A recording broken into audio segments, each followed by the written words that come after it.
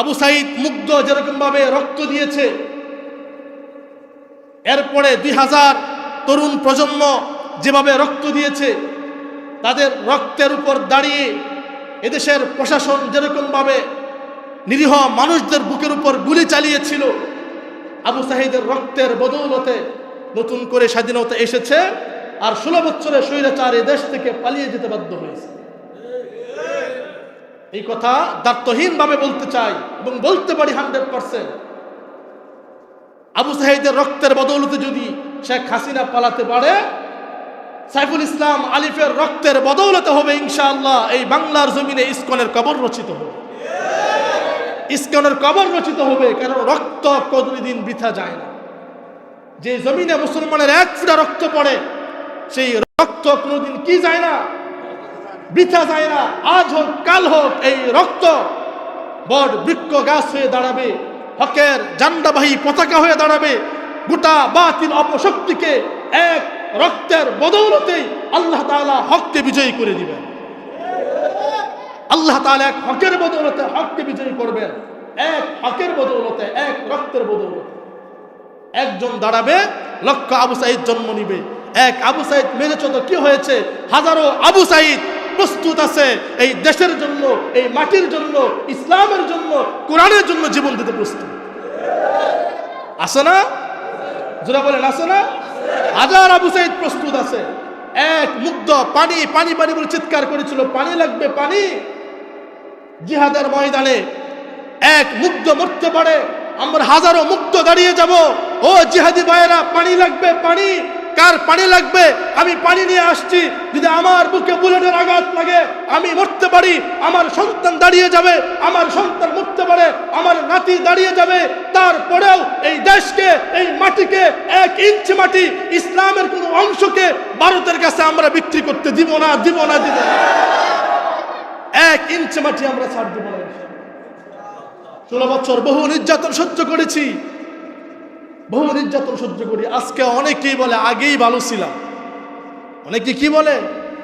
আগেই ভালো ছিলাম। যারা বলে আগে ভালো ছিলাম, তাদেরকে বলতে চাই, আগে কেমন ছিল যদি জানতে চাও, আয়নাগরে 7 দিন থেকে আসো। আমার কাছে একটা চিঠি আসছে। চিঠিতে বলা হয়েছে আমাকে যে ইসকন সম্পর্কে একটু আলোচনা করার জন্য, এলাকাবাসীকে সতর্ক করার জন্য। আমি গত জুমায় ইসকন সম্পর্কে আপনাদের সামনে আলোচনা করেছিলাম। তারপরে ইনশাআল্লাহ আজকে যেহেতু চিঠি আসছে, আজকে বিস্তারিত আলোচনা করবো। আমা তৌফিক ইল্লা বিল্লাহ। বাকি নামাজের পরে যুবক বৃদ্ধ যারা আছি, আমরা ঈদগাহ মাঠে উপস্থিত হব। ওখানে কিছু পরামর্শ আছে। পরামর্শ হওয়ার পরে এরপরে আমরা বাড়ি ফিরবো ইনশাআল্লাহ। ইসকন এমন একটি সংগঠন যারা মূলত কাজ করে মুসলমানদের ঈমানকে হরণ করার জন্য। ইসকন একটি বিশ্বব্যাপী সংগঠন, যেটা যে সংগঠনের সূচনা হয়েছিল আমেরিকার নিউ ইয়র্কে 1966 সনে। ইসকন তাদের আদর্শ হলো যে আমরা হরে কৃষ্ণর বাণী গোটা পৃথিবীতে প্রচার করব। হরে কৃষ্ণের মতবাদ, হরে কৃষ্ণের বাণী এবং হরে কৃষ্ণের মতাদর্শ উজ্জীবিত হয়ে আমরা গোটা পৃথিবীব্যাপী হিন্দুত্ববাদ ছড়িয়ে দিব। এই আদর্শ লালন করে 1966 সনে যুক্তরাষ্ট্রের নিউ ইয়র্কে ইসকন সংগঠিত হয়। আমরা বিভিন্ন পেপার, পত্রিকা, বিভিন্ন মিডিয়ার মাধ্যমে জানতে পারি ইসকন যদিও আমেরিকায় তৈরি হয়েছে, তাকে ফিনান্সিয়ালভাবে, অর্থনৈতিকভাবে সাপোর্ট দেয় ইসরায়েল। আর ইসকন মূলত ভারতে বসে, যেহেতু ভারত হিন্দু রাষ্ট্র গোটা পৃথিবীতে, ভারতে বসে ওরা তাদের কার্যকলাপগুলো পরিচালনা করে এবং ওরা চায় যে বাংলাদেশটাও ভারতের অঙ্গরাজ্যভুক্ত হলে পরে ওরা ওদের কাজগুলো সহজভাবে করতে পারবে। আপনারা জানেন আজকে গোটা বাংলাদেশে ইসকন নিষিদ্ধ হোক একটা ডাক উঠেছে। ইসকনকে নিষিদ্ধ করে দেওয়া হয়। রাষ্ট্রীয়ভাবে আদালতে এর শুনানি চলতেছে। নিষিদ্ধ হবে কি হবে না এটা নিয়ে একটা পর্যালোচনা চলতেছে। তবে আমরা আশা রাখবো অনতিবিলম্বে ইসকনকে যেন নিষিদ্ধ করা হয়। কারণ ইসকন হচ্ছে একটি উগ্রবাদী সংগঠন, একটি জঙ্গি সংগঠন। যে ইসকনের প্রধান যিনি ছিলেন কয়েকদিন আগে আটক হয়েছেন, আপনারা জানেন। আটক হওয়ার পরে ভারতের কিছু লোকেরা আমাদের বাংলাদেশের হাই কমিশন আক্রমণ করেছে। এরপরে তারা বাংলাদেশে ঢুকতে চেয়েছিল, সীমানায় তারা অনেক গ্যাদারিং করেছিল, তাই না? কিন্তু আসতে পারে নাই। ওরা চায় যে আমরা বাংলাদেশটাকেও গোটা বিশ্বের বুকে ইসকনের রাষ্ট্র হিসাবে আমরা পরিচিত করাই দিই, কিন্তু আমরা এটা কখনোই হতে দেব না। প্রিয় ভাইয়েরা আমার, আমি পর্যায়ক্রমে ইসকন নিয়ে আলোচনা করব।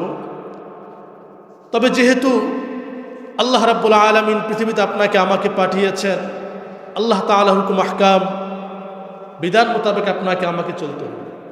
যদি চলি আমরা দুনিয়াতেও কামিয়াব, আখিরাতেও কামিয়াব। আর যদি আল্লাহ তাআলার বিধান মতো না চলি তাহলে দুনিয়াতেও আমরা পরাজিত, আখিরাতেও আমরা পরাজিত। শুধু পরাজিতই হব তা না, জাহান্নামে ডান্ডা বেরিয়ে আপনার আমার গলায় হাতে পায়ে লেগে যাবে। এজন্য আমার প্রিয় ভাইরা, আসুন আমরা কথা না বাড়িয়ে আমরা সরাসরি আল্লাহর কোরআনে চলে যাই। কোরআন থেকে আমরা আলোচনা শুনব ইনশাআল্লাহ।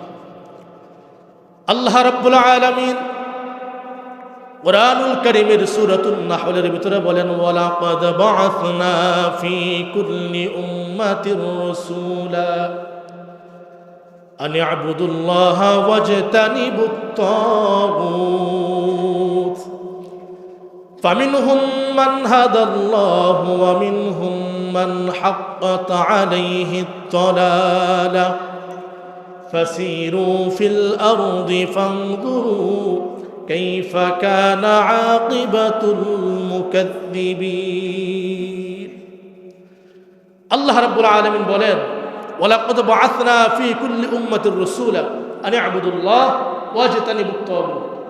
আল্লাহ তাআলা বলেন যে আমি পৃথিবীর শুরু থেকেই, পৃথিবীর সূচনা লগ্ন থেকেই আল্লাহর ইবাদত করার জন্য, হককে প্রতিষ্ঠিত করেছি। আর হককে মোকাবেলা করার জন্য, হকের কার্যকলাপে বাধা বিঘ্নতা সৃষ্টি করার জন্য তাগুত আপ্রাণ চেষ্টা করবে যেন হকের কার্যকলাপ, হকবাহী, হকের পতাকা জান্দাবাহী তারা যেন ঠিকমতো করতে না পারে। এরপর আল্লাহ বলেন, উম্মতের রাসূলা, আমি প্রত্যেক উম্মতের মাঝে একজন রাসূল পাঠিয়েছি। ওয়াজতানিবুত তাগুত, যারা তাগুতের অনুসরণ করবে না, তাগুতের পথে পরিচালিত হবে না। এরপর আল্লাহ বলেন, ফামিনহুম মান হাক্কাত আলাইহিদ দালালা ফামিনহুম মান হাদাল্লাহ। আল্লাহ বলেন, আমি কাউকে হেদায়েত প্রাপ্ত করেছি আর কতককে আমি পথভ্রষ্ট করেছি। যাদেরকে পথভ্রষ্ট করেছি, ফাসিরু ফিল আরদ, তোমরা পৃথিবীতে বিচরণ করো, ভ্রমণ করো, তাকিয়ে দেখো যারা আমার পথে যারা চলতো, তাদেরকে যারা বাধা দিয়েছে, ওদের অবস্থা কী হয়েছে। ফেরাউনের ইতিহাস তোমরা তালাশ করো, ফেরাউনের পথ বিচরণ করে দেখো, নমরুদের পথ বিচরণ করে দেখো, দেখো তাদের আজকে অবস্থা দেখো। ফানজুরু কাইফা কানা আকিবাতুল মুকাজ্জিবিন, লক্ষ্য করো আমি আল্লাহ তাআলা কিরূপ এই সমস্ত মিথ্যাবাদীদের সাথে কিরূপ আচরণ করেছি। মুহতারাম হাজিরিন, হক আর বাতিল যুগের পর যুগ চলে আসছে।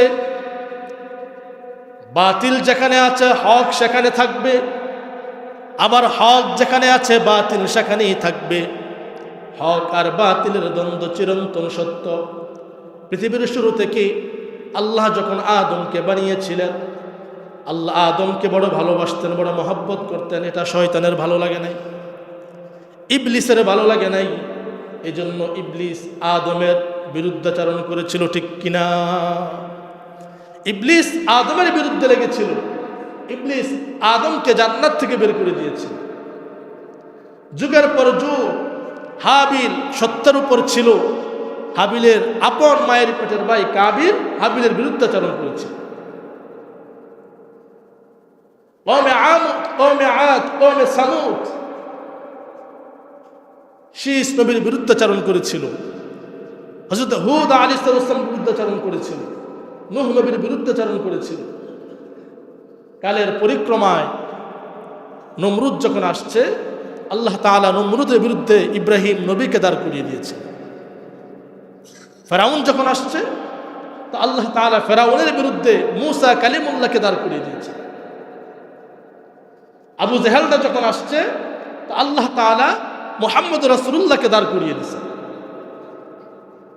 যুগের পর যুগ বাতিল যেভাবে আসবে, তো আল্লাহ তাআলা হককে দাঁড় করিয়ে দিবেন। বাতিল দেখতে সার্বিক দিক থেকে শক্তিশালী হবে, বাতিলের দল বড় থাকবে, বাতিলের গ্রুপ বড় থাকবে, তাদের শক্তি বেশি হবে, ওদের পেশি শক্তি থাকবে, ওদের রাষ্ট্রীয় শক্তি থাকবে, ওদের আন্তর্জাতিক শক্তি থাকবে।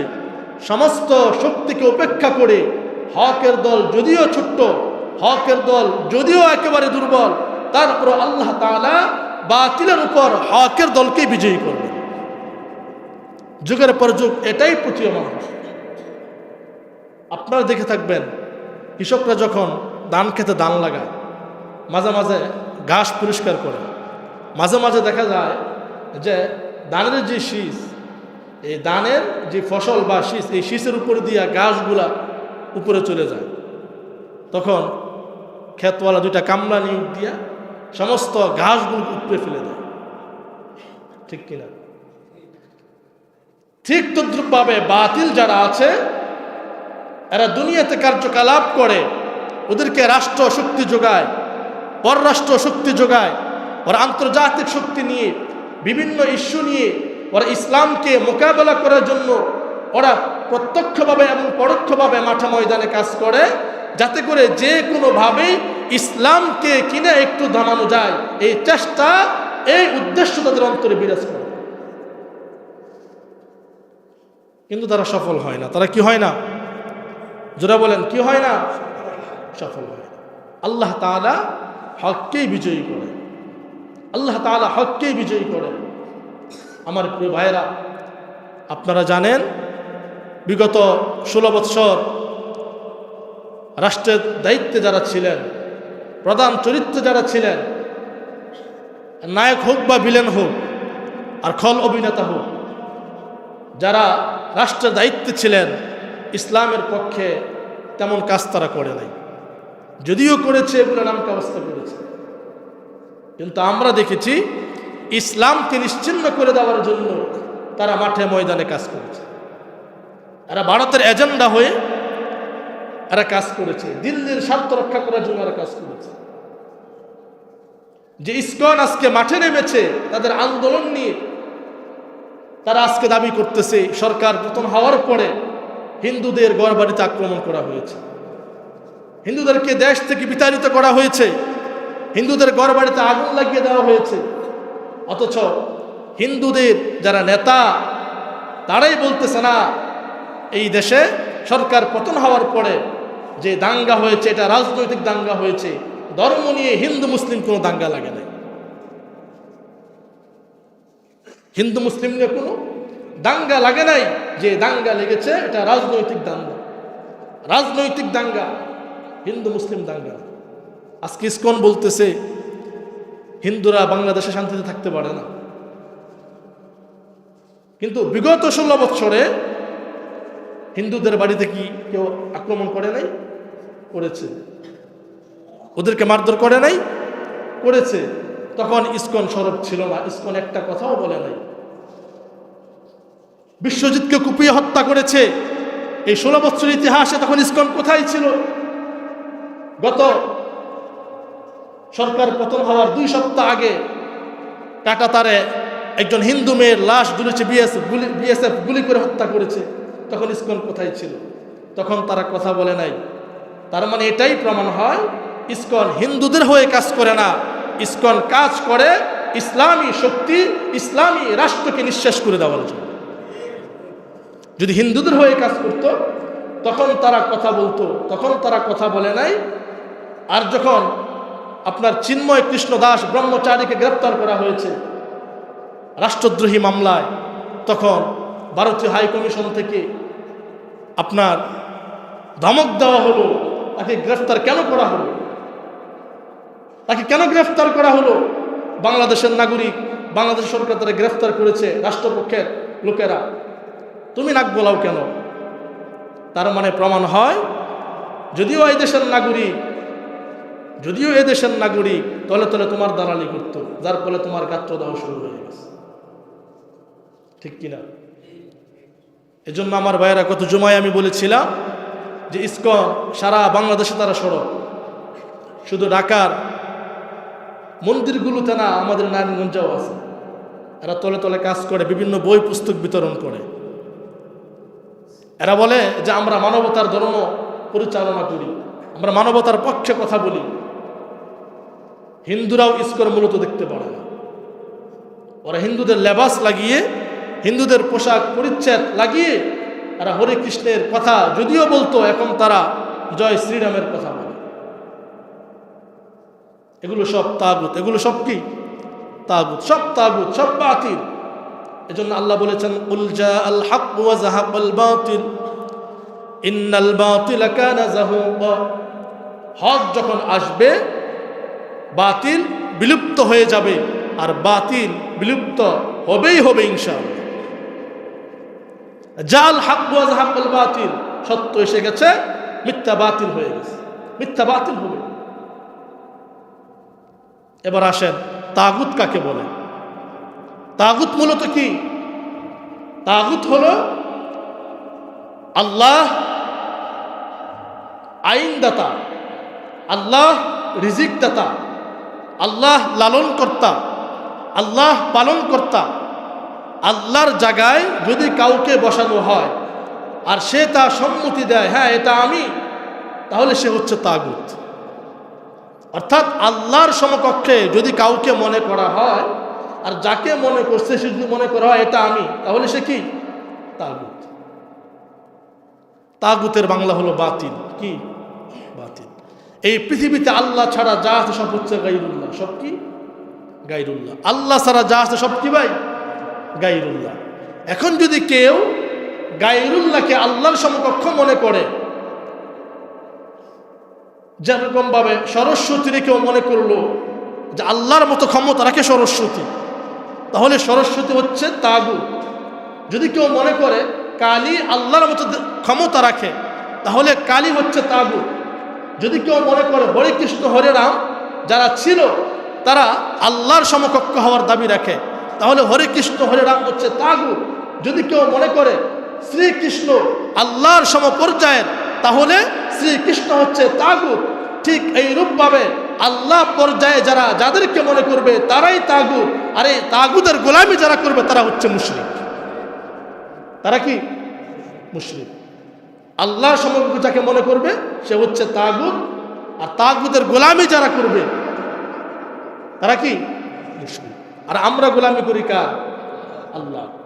আমরা গোলামি করি আল্লাহর, এজন্য আমাদেরকে বলা হয় বান্দা। আমরা আল্লাহর গোলাম, তাগুতের গোলাম। আল্লাহ রাব্বুল আলামিন যখন ফেরাউনের কানে সংবাদ দিলেন একজন শিশু জন্ম নিবে, যে এই শিশু তোমার সমস্ত সাম্রাজ্য ধ্বংস করে দিবে, হক আসতেছে, অপেক্ষা করো, হক আসতেছে, তোমার খোদাই, তোমার বড়ত্ব, তোমার রাজত্ব সব ধ্বংস করে দিবে, হক আসতেছে, অপেক্ষা করো। এবার ফেরাউন জিজ্ঞেস করলো হক কিভাবে আসবে? বলে শিশুর রূপ ধারণ করে আসবে। কিশোর রূপ ধারণ করে আসবে? শিশুর রূপ ধারণ করে আসবে। এবার ফেরাউন সিদ্ধান্ত নিল যেহেতু হক শিশুর রূপ ধারণ করে আসবে, অতএব এই শিশুকে বাঁচতে দেওয়া যাবে না। এজন্য ফেরাউন, আপনারা জানেন, আইন জারি করেছিল, 144 জারি করেছিল, কোনো শিশু যেন জন্ম না নেয়। স্বামী স্ত্রী বিচ্ছিন্ন রেখেছিল কয়েক বছর যাব। এরপর আল্লাহ তাআলা মুসা নবীর জন্ম দিয়েছেন। হাজার হাজার শিশু ফেরাউন হত্যা করেছে এক মুসাকে ঠেকানোর জন্য। মুসারে ঠেকাইতে পারছে? ঠেকাইতে পারেনি। বরং আল্লাহ তাআলা এই মুসাকে রাতের অন্ধকারে তার মায়ের হাত থেকে বিচ্ছিন্ন করে দিয়ে একটা বাক্সের ভিতরে বন্দি করে নদীতে বাসাইতে বাসাইতে ফেরাউনের রাজ দরবারে নিয়ে গিয়েছিল। এই শিশু মূসাকে আল্লাহ তাআলা ফেরাউনের খেয়ে ফেরাউনের পড়ে রাজ দরবারে বড় করেছে।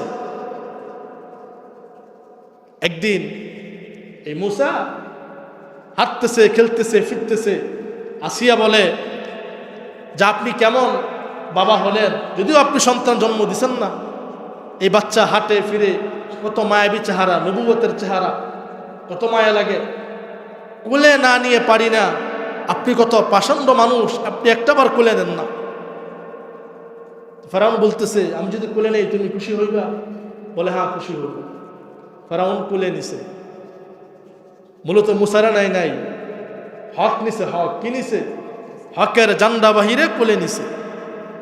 যেই মাত্র কোলে নিছে শিশু মূসা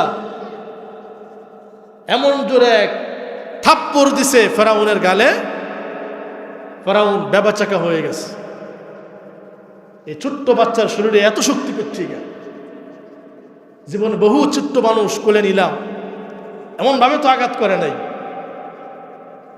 শক্তি থেকে আসলো। বাচ্চাকে রেখে ডাক দিল, জল্লাদ আমার তলোয়ার দাও, আমার তরবারি হাতে দাও। আসিয়া দৌড়ে আসছে। কি হয়েছে? বলে আমি যে শত্রুকে দমন করার জন্য এই মিশরের নগরীতে হাজার হাজার শিশু হত্যা করেছি, এর তো মারতে পারি নাই, এই আমার শত্রু, একে আমি হত্যা করব। আসিয়া বলে সর্বনাশ, এই বাচ্চা কি বুঝে, আমার তো সারাদিন মারে, কই আমি তো চেঁচামেচি করি না। বাচ্চারা তো মারে না, থাপ্পড় দেয়, কিল দেয়, কামড় দেয়, চিমড়ি দেয়, কত কিছুই তো করে, আমি তো কিছু করি না। আপনারে একটা থাপ্পড় দিছে, আপনি তার হত্যা করবেন? আপনার ভিতরে কি মানবতা বলতে কিছুই নাই? ফেরাউন বলল না, এ আমার দুশমন, বড় হয়ে আমার বিরুদ্ধে লাগবে, কোনো কথা নাই, তারা আমি হত্যা করেই ফেলবো। আসিয়া বলে না, এই ছোট্ট শিশু দেখলে পরে বড্ড মায়া লাগে, হত্যা করিয়েন না। যদি হত্যা করেন আমার সন্তান না আমি কে নিয়ে থাকবো? আমার তো সন্তান না আমি কে নিয়ে থাকবো? এবার ফেরাউন বলতেছে তারা আমি পরীক্ষা করব। কি করব? ঠিক আছে পরীক্ষা করেন, তাও আপনি এই সন্তানটা হত্যা করেন না। পরীক্ষা করবে একটা হীরার খণ্ড আর একটা আগুনের খণ্ড। যদি এই শিশু হীরার খণ্ডটি ধরে তাহলে বুঝবো এটা জ্ঞানী, এর বুদ্ধি আছে, জ্ঞান আছে, বড় হলে সে আমার দুশ্মন হবে। আর যদি আগুনের খণ্ড ধরে তাহলে বুঝবো যে না, জ্ঞান নাই, বুদ্ধি নাই, ছোট্ট মানুষ, আমার মারছে। যদি বুঝতো তারা আগুনের খণ্ড ধরত। তো দূরে একটা পাত্রে হীরার খণ্ড রাখছে আর একটা পাত্রে আগুনের খণ্ড রাখছে। মুসা নবীকে দূর থেকে ছেড়ে দেওয়া হয়েছে। মুসা নবী হামাগুড়ি দিতে দিতে দিতে দিতে, নবী তো নজরটা ছিল হীরার খণ্ডের দিকে। কোন দিকে? হীরার খণ্ডের দিকে। হীরার খণ্ড নিবে নিবে, এমন সময় আল্লাহ বলে জিব্রাইল আমার কালিমুল্লাহরে গিয়ে ধরো, আমার মুসারে গিয়ে ধরো। যদি আমার মুসা হীরার খণ্ডে হাত দেয় তাহলে আমার নবীর শরীর থেকে মাথা বিচ্ছিন্ন করে দিবে ফেরাউন। দৌড়ে যাও, গিয়ে আমার নবীর মুখটা ঘুরাই দাও, হাতটা ঘুরাই দাও, যেন আগুনের খণ্ডে হাতটা রাখে। জিব্রাইল এসে শিশু নবী মুসার পথকে ঘুরাই দিলেন। ঘুরাই দেওয়ার সঙ্গে সঙ্গে হীরার খণ্ডে হাত না দিয়ে আগুনের খণ্ডে হাত দিছে। আর আপনারা জানেন বাচ্চারা যখন কিছু হাতে নেয় সাথে সাথে মুখে দেয়। কি দেয়?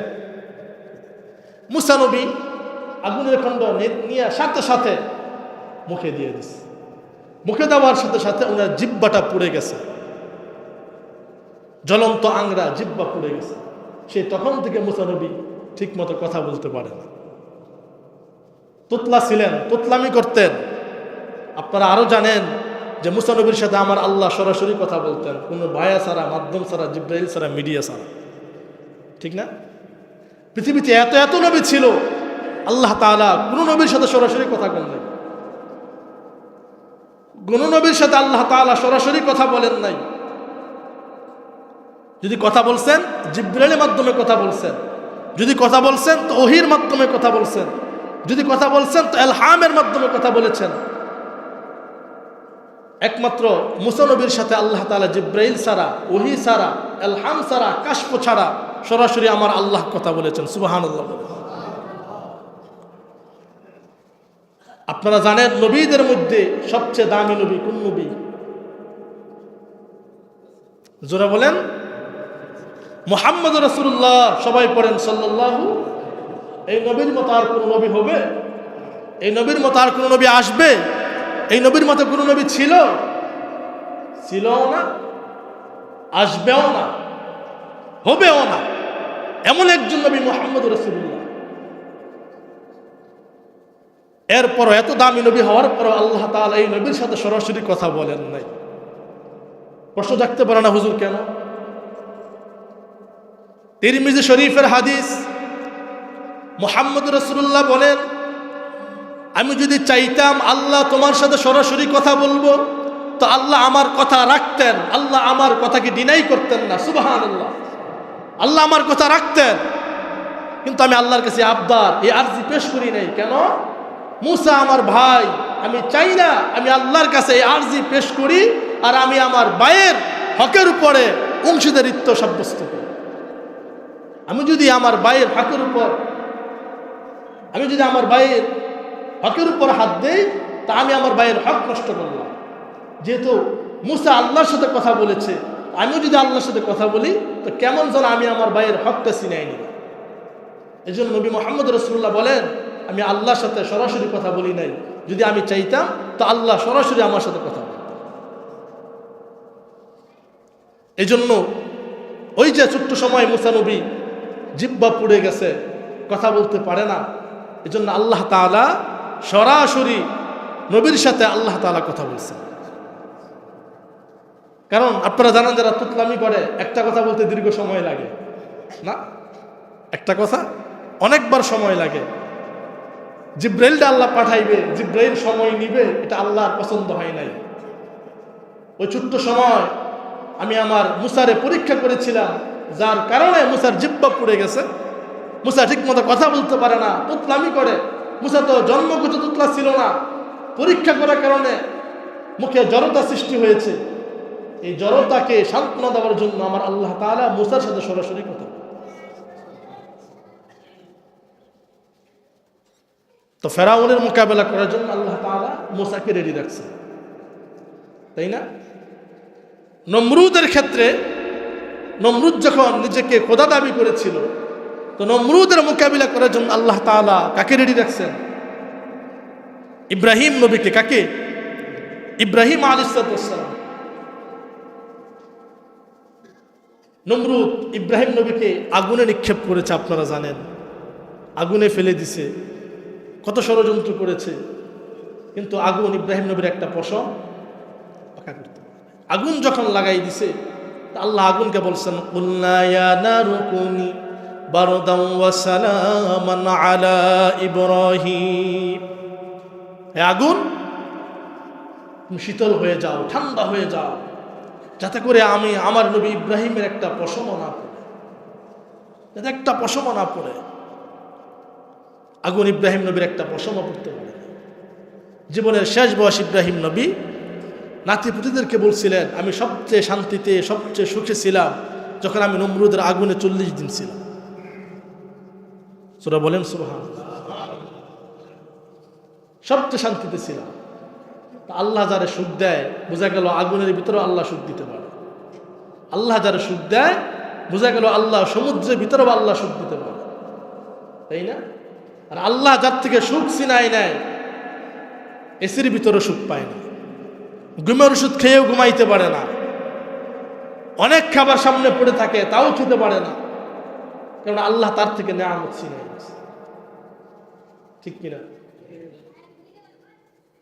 এই জন্য আল্লাহ বলেন, ওয়ালাকাদ বাআসনা ফী কুল্লি উম্মাতির রাসূলা, আমি প্রত্যেক যুগে বাতিলকে মোকাবেলা করার জন্য নবী রাসূল পাঠিয়েছি। প্রত্যেক যুগেই নবী রাসূলরা বাতিলের মোকাবেলা করেছে। বর্তমানে তো নবী নাই, তো বাতিলের মোকাবেলা কে করবে? বর্তমানে নবী আছে, তো বাতিলের মোকাবেলা কে করবে? তাগুদের মোকাবেলা কে করবে?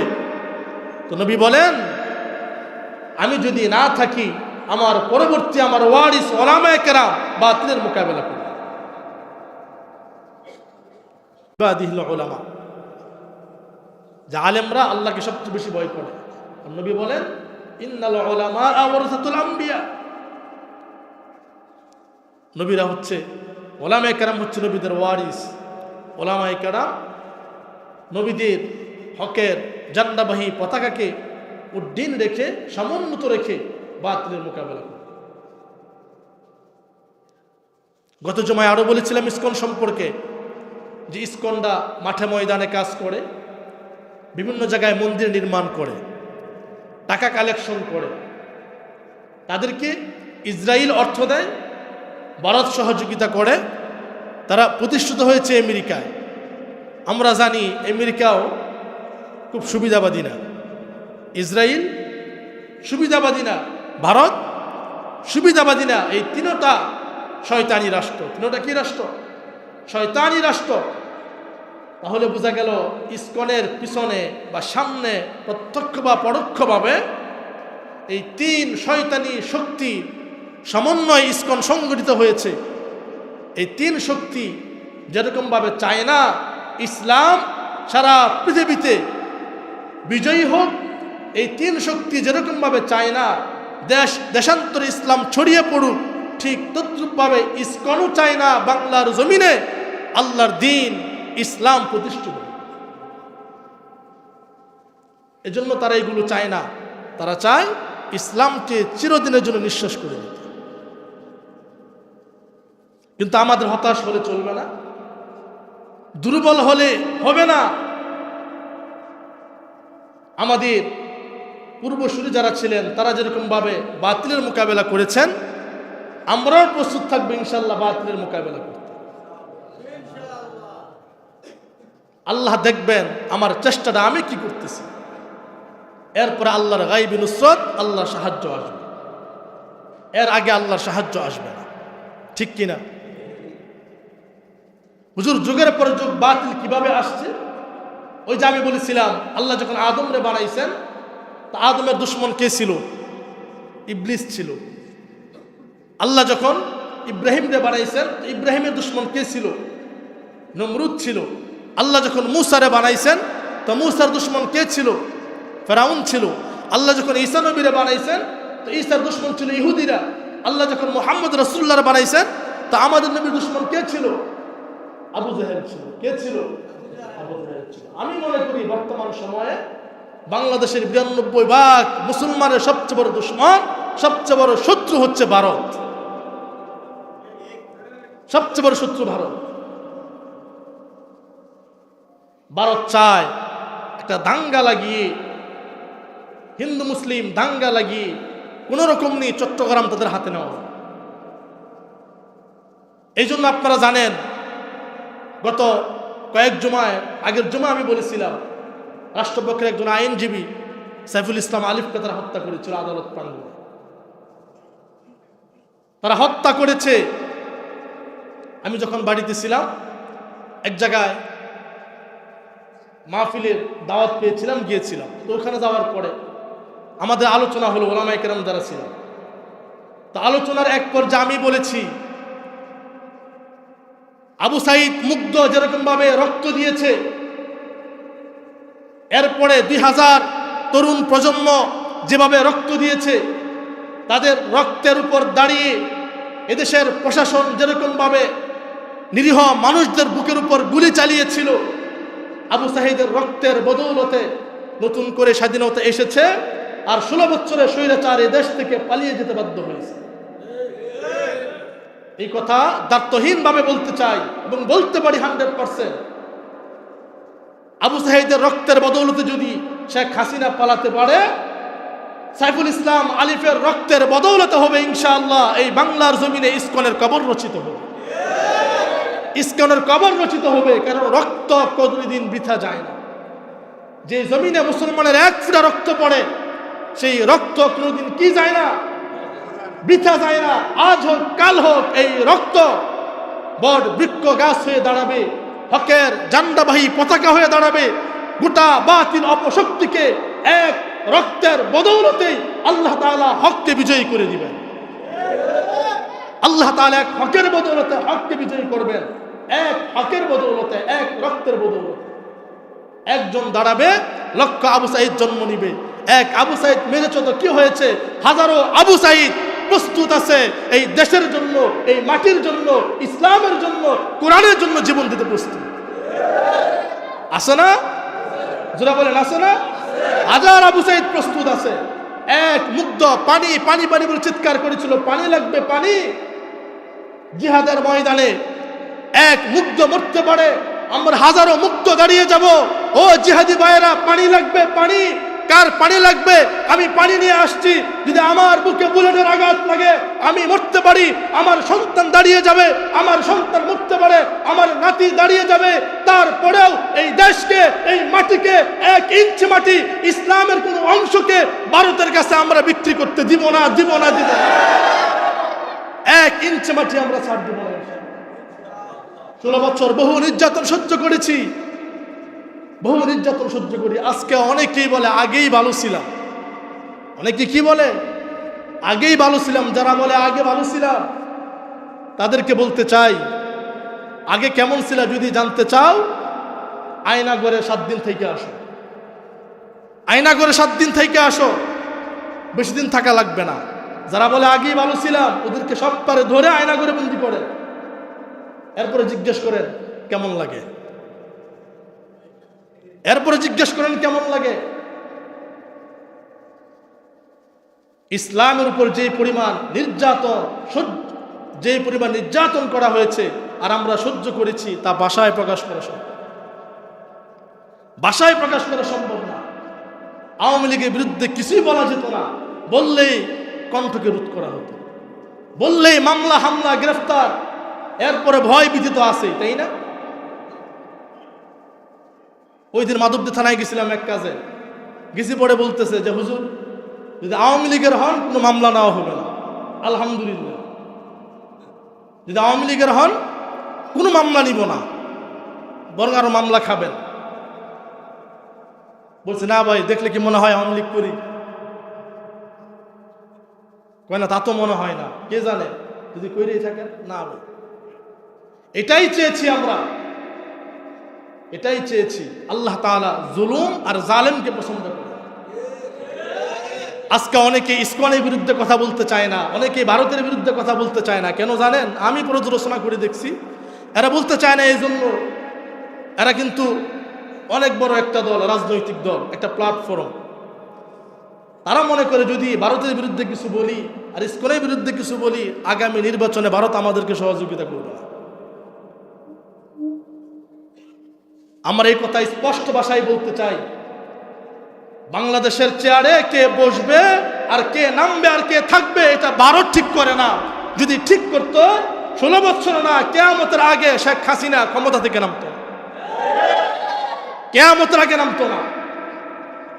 বাংলাদেশের চেয়ারে কে বসবে, কে নামবে আর কে থাকবে, কে যাবে, এটা সম্পূর্ণ ঠিক করে এদেশের 20 কোটি জনগণ।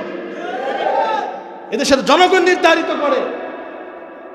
ভারত যদিও অনেক বড় রাষ্ট্র, আমরা রাষ্ট্র দেখে কথা বলি না, আমরা সামরিক শক্তি দেখে কথা বলি না। বদরের যুদ্ধে 313 জন সাহাবী 1000 বাহিনীর মোকাবেলা করেছে। শক্তি দেখে নাই, অস্ত্র টস্ত্র দেখে নাই, যুদ্ধ গোড়া দেখে নাই, ইমানি শক্তির বলে বলিয়ান হয়ে তারা কথা বলেছে। আমরাও কথা বলি ইমানের বলে বলিয়ান, ঠিক কিনা? এজন্য আমার ভাইয়েরা, ভারতের আগ্রাসনের বিরুদ্ধে সজাগ থাকবেন, যাতে করে কোনোভাবেই ভারত আমার দেশের 56,000 বর্গ মাইলের 1 ইঞ্চি মাটিকে যেন খামচে ধরতে না পারে, যাতে করে শকুনের চোখ এই 56,000 বর্গ মাইলে না পড়ে। এটা আমার পরিবার, এটা আমার সমাজ, এটা আমার রাষ্ট্র, এটা আমার ইমান, দেশপ্রেম ইমানের অংশ। অতএব যারা দেশকে ভালোবাসে, যারা রাষ্ট্রকে ভালোবাসে, যারা ইসলামকে ভালোবাসে, তারা কশ্চিন কালেও এই দেশে, ভারত দেশে নাক গলাবে, এটা বরদাস্ত করতে পারে না। আল্লাহ নবী মুহাম্মদ রাসূলুল্লাহ সাল্লাল্লাহু আলাইহি সাল্লাম মক্কা ছাড়ছেন, মদিনায় গেছেন, তারপরেও কিন্তু মক্কা ছাড়েন নাই। অন্তরে অন্তরে মক্কাকে লালন করছেন, তাই না? আমরা দেখেছি বিগত 16 বছরে যে সমস্ত উলামায়ে কেরাম রাষ্ট্রের পক্ষে কথা বলেছে ওদেরকে রাষ্ট্র থেকে বিতাড়িত করা হয়েছে। ওরা মিজানুর রহমান আল আজহারিকে থাকতে দেয় নাই। আল্লামা আদালুল হোসেন সাইদি রাষ্ট্রের পক্ষে কথা বলেছিল, ওনাকে রিমান্ডে নিয়ে শুধু রিমান্ডেই নেয় নাই, আজকে সকাল ইতিহাসে পড়ছি ওনার হাত পা চোখ বেঁধে ওনাকে ভারতের কারাগারে 3 বৎসর রাখা হয়েছে। 3 বৎসর। উনিও বলতে পারে না কোথায় আছে। মূলত যা তারা করছে, এই দেশটারে তারা একটা ভারতের অঙ্গরাজ্য বানিয়েছে। আল্লাহ তাআলা আমাদেরকে হেফাজত করছে।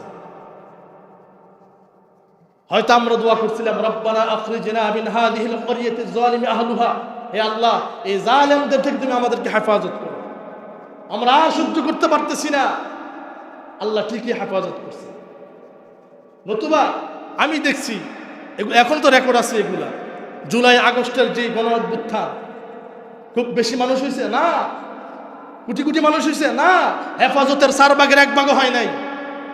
হেফাজত যেভাবে ঢাকা ঘেরাও করছিল 4 ভাগের 1 ভাগও হয় নাই, তাই না? তারপর সরকার পতন হয়ে গেল। আপনি কি মনে করছেন? সরাসরি আল্লাহর সাহায্য, আল্লাহর নসর, ঠিক কিনা? এই যে শুরুতে বলছিলাম যে ধানের আগাছা যদি বেড়ে যায় তো কৃষক 2টা কামলা লাগায়, ওই কামলারা এসে আগাছাগুলোর গাড় মটকায় দেয়। আল্লাহ তাআলা 16 বছর দেখেছেন, আল্লাহ হজম করেছেন, আল্লাহ ছাড় দিয়েছেন, ছেড়ে দেন নাই। আল্লাহ সর্বশেষ গাড় মটকাই দিছেন, এমন ভাবে গাড় মটকাই দিছেন বাংলাদেশে 1 ঘন্টা সময় পায় নাই থাকতে। 1 ঘন্টা সময় আল্লাহ গাড় মটকাই দিছেন। এজন্য ভাববেন না হুজুর ঠিক ঠিক খুব কইতেছি, আপনারাও আমি দেখতেছি এই পথের পথিক, এই পথের পথিক। অনেকে এখনো ক্ষমতায় যান নাই, যা শুরু করছেন মনে হয় যেন আপনারা এইসব। আল্লাহ ক্ষমতা দিতেও সময় নেন না, ক্ষমতা আল্লাহ থেকে সাইজ করতেও আল্লাহ সময় নেন। আমাদের শিক্ষা নেওয়া উচিত। কি নেওয়া উচিত ভাই? শিক্ষা নেওয়া উচিত। আল্লাহ তাআলা যুগে যুগে হককে এইভাবে আল্লাহ তাআলা বিজয়ী করবে। বন্ধুরা আমার, ফিরআউন যখন বাতিলের রূপ নিয়ে এসেছিল, মূসা কালিমুল্লাহ হকের ঝান্ডা নিয়ে আসছে। নমরুদ যখন বাতিলের সুরতে আসছে, ইব্রাহিম খলিলুল্লাহ হকের ঝান্ডা নিয়ে আসছে। এরপরে ইহুদিরা যখন আগ্রাসী মনোভাব হয়ে বিভিন্ন মতবাদ প্রচার করতে লেগেছিল, তা আল্লাহ তাআলা ঈসা নবীকে হকের পতাকাবাহী হিসাবে পাঠিয়েছিলেন। আবু জাহেল, রোম, পারস্য, আবু জাহেল, গং, উতবা, শাইবারা যখন গোটা পৃথিবীতে নৈরাজ্য সৃষ্টি করেছিল, তা আল্লাহ তাআলা মুহাম্মদ রাসূলুল্লাহকে পাঠিয়ে আবু জাহেলদের কবর রচনা করেছিলেন। এই 16 বছরে আমরা দেখেছি তারা যা করেছিল। আল্লাহ তাআলা এই ছোট্ট ছোট্ট কোমলমতি শিশু যারা ফ্রি ফায়ার, পাবজি নিয়ে ব্যস্ত, যারা মোবাইল নিয়ে ব্যস্ত, লেখাপড়া এতটা ব্যস্ত না, আল্লাহ তাআলা এদেরকেই ইব্রাহিম নবীর সুরতে, এদেরকে আল্লাহ তাআলা মুসা নবীর অনুসারী বানাইয়া, এদেরকে আল্লাহ তাআলা মুহাম্মদ রাসূলুল্লাহ অনুসারী বানাইয়া, এদেরকে আল্লাহ তাআলা আবাবিল পাখি বানাইয়া এই সরকারের বিরুদ্ধে আল্লাহ লাগাই দিয়েছে। ঠিক কিনা? সরকার এই 16 বছরে রাজাকার দমনের যে আন্দোলন করেছিল, খালি রাজাকার দল একটা একটা রাজাকার দল ধীরে ধীরে জবাই করে, তাই না? আর আল্লাহ তাআলা তাদের মুখ দিয়ে রাজাকার শব্দ বের করছেন, আর রাজাকারের শব্দ দিয়ে এই সরকারের পতন হয়েছে। এজন্য কুলিল্লাহুম্মা মালিকাল মুলকি তুতিল মুলকা মান তাশা ওয়া তানজিউল মুলকা মিম্মান তাশা ওয়া তুইজ্জু মান তাশা ওয়া তুযিল্লু মান তাশা বিয়াদিকাল খায়র ইন্নাকা আলা কুল্লি শাইইন কাদির। যে কথাগুলো বললাম, আল্লাহ তাআলা আপনাকে আমাকে সবাইকে উক্ত